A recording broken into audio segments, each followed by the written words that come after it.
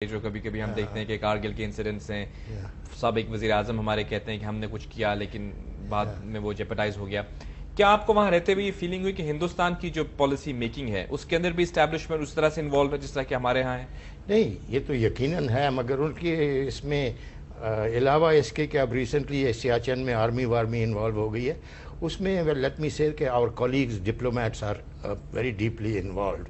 لیکن میں آپ سے ایک عرض بھی کروں، I reported back in 1985 when جب راجیو گاندھی آیا، تو اس کے کچھ مہینوں بعد میں نے رپورٹ کیا کہ انڈیا میں کچھ چینج آ رہی ہے. وہ مسز گاندھی کی وقت کی ریجنل سپیریورٹی، ریجنل بلی، وہ جو ہے فیلنگ وہ یہاں کوئی ہٹ رہی ہے. And they are beginning to look about economic progress اور سائنٹیفک پروگریس، اور وہ میرے خیال میں ٹرینڈ انڈیا میں چل رہا ہے. مگر یقیناً ابھی تک پاکستان میں ہر کسی کے دماغ میں یہ چیز نہیں بیٹھی کہ بھئی ہندوستان جو ہے وہ اپنے جو ہے مسئلے جو ہے ان میں مبتلا ہے اور ہمیں ڈسٹروائے کرنے پہ نہیں تلا ہوا. ابھی تک یہ فیلنگ نہیں گئی، اور جب تک یہ نہیں جائے گی تو میرے خیال میں مستقل طور پہ ریلیشنز ہموار ہونے کا سوال ذرا مشکل ہے. اب جو یہاں پہ ہم نے دیکھ لیا کہ یہ تمام مذاکرات، یہ جو کچھ بھی ہوا، اس کے بعد پریس کانفرنس ہوگی، ہم نے بھی کی، انہوں نے بھی کی. اب آپ نیکسٹ کیا ایکسپیکٹ کر رہے ہیں؟ What do you think will be happening in terms of یہ جو سارے ہم نے آئیڈینٹیفائی کیے ہیں پوائنٹس، ٹرسٹ ڈیفیسٹ کو بلڈ کرنا ہے، ہم نے اپنے کانفیڈنس لیول کو امپروو کرنا ہے، وہ کیسے ہوگا؟ میرا خیال ہے سینیریو جو ہے وہ کاشس آپٹیمزم کا ہے. دیکھیے، اگر ہندوستان بہت مشکل حالات کرنا چاہتا تو ان کے پاس ایک بڑا بنایا بہانہ تھا. انہوں نے ہمارے سیکرٹری خارجہ کو دہلی بلایا اور اس کے بعد وہ اشارے کرتے رہے، ان کا میڈیا اشارے کرتا رہا کہ توقع کی جاتی ہے کہ پاکستان سے بھی اسی قسم کی دعوت آئے ان کے فارن سیکرٹری کے لیے. بہرحال فارن سیکرٹری دوبارہ نہیں مل سکے، لیکن انہوں نے اس کو اچھالا نہیں، اس کو زیادہ کنڈیشن نہیں بنایا. پرائم منسٹرز کا ایک مجھے یہ دکھائی دیتا ہے کہ دونوں پرائم منسٹر میں جو بھی وجہ ہے وہ اس کی کچھ ایگزاٹک وجوہات بھی نظر آتی ہیں. کبھی دربار صاحب کا ذکر ہوتا ہے، کبھی مسٹرسزم آ جاتا ہے، لیکن ان میں ایک ریپور موجود ہے. وہ ملے ہیں اور ممکن ہے کہ انہوں نے بہت سے مسائل پہ بات کی ہو، اور وہ بات چیت جو ہے اس سے میں ایک لحاظ سے مطمئن ہوں کہ ہندوستان کا وزیر اعظم جو ہے وہ پیش رفت کرنا چاہتا ہے. ہندوستان بہت بڑا ملک ہے، وہاں بھی مختلف اوپینینز ہیں، مختلف لابیز ہیں، اور پھر ان کی انٹرنل پولیٹیکل ڈائنامکس بھی ہے. جی ہاں، بی جے پی کا آپ نے ذکر کیا تھا، بی جے پی جب حکومت میں ہوتی ہے ان کا رویہ اور ہوتا ہے، جب اپوزیشن میں. اب جو فورن سیکرٹریز کا آپ ذکر کریں، جب مجھے یاد ہے جب سلمان بشیر صاحب وہاں پہ ملاقات کر کے آئے تھے تو کوئی اتنے آپٹیمسٹک نہیں ہوئے تھے وہ ڈائلاگ، ظاہر اب بھی بہت زیادہ آپٹیمزم کی گنجائش نہیں ہے. دیکھیے، اب دیکھنا تو یہ ہے کہ دونوں وزرائے خارجہ ملاقاتوں میں کیا کر پاتے ہیں، کیونکہ اب لیکن شاہ محمود صاحب کی جو انتھوزیازم کا ذکر ہے وہ تو ایک مجھے یاد ہے کچھ ہفتے پہلے تک وہ کہہ رہے تھے کہ we are not interested in talking if India is not interested in talking. اب وہ تبدیلی آئی ہے یکایک وہ پریس کانفرنس میں، تو ان کے چہرے کے تاثرات ہی بدلے ہوئے تھے. ان کے شاید انتھوزیازم کی وجہ یہ ہو کہ انہیں یہ احساس ہوا ہو وہاں جا کے کہ ہندوستان بات چیت کے لیے تیار ہے، اور وہ ایک ہمیں غلط فہمی تھی کہ ہندوستان بات نہیں کرنا چاہتا. تو یہ ایک قسم کا دیکھنا جو لٹمس ٹیسٹ ہوگا وہ یہ ہوگا کہ دونوں فارن منسٹر کتنی جلدی، کتنے ہفتوں میں، کتنے مہینوں میں ایک قسم کا فریم ورک بنا سکتے ہیں، اسٹرکچر ڈائیلاگ فریم ورک جو ہے وہ بنا سکتے ہیں، تاکہ کئی محاذوں پہ بیک وقت پیش رفت ہو. اور اس میں میں ڈاکٹر صاحب سے پورا اتفاق کرتا ہوں. دیکھیے، ہمیں بہت احتیاط سے کام لینا ہے. یہ ہمارے ہاں عجیب و غریب واقعات ہو جاتے ہیں، لوگ اغوا ہو جاتے ہیں، نارتھ ویسٹ فرنٹیئر پروونس میں مارے جاتے ہیں، لاشیں ملتی ہیں، کچھ نان اسٹیٹ ایلیمنٹ جن کو ہم کہتے ہیں. وہ ہمیں بالکل ہر ممکن کوشش کرنی چاہیے کہ ممبئی جیسا کوئی اور حادثہ نہ ہو پائے، کیونکہ اس سے سارا پروسیس جو ہے وہ ڈیریل ہو سکتا ہے. جی ویورز، ہم بات کریں پاکستان اور ہندوستان کے ڈائلاگ کے حوالے سے. جو ایک اور ونڈو آف اپرچونٹی ہمارے سامنے آئی ہے سارک کانفرنس کے بعد، اس کو کس طرح سے ہم اپنے ملک کے لیے اپنے نیشنل انٹرسٹ کے مطابق سود مند بنا سکتے ہیں، اور کیا نیکسٹ سٹیپس ہونے چاہیے ہمارے اس ڈائلاگ کو کیسے ہم سٹرکچر کریں، کس طرح سے ہم اس کو ایک فریم ورک کے تحت آگے بڑھیں، ماضی کے تجربات سے سیکھتے ہوئے، اور پر امید انداز میں ہم پیش قدمی کیسے کر سکتے ہیں. ہم جانیں گے ایک چھوٹی سی بریک کے بعد.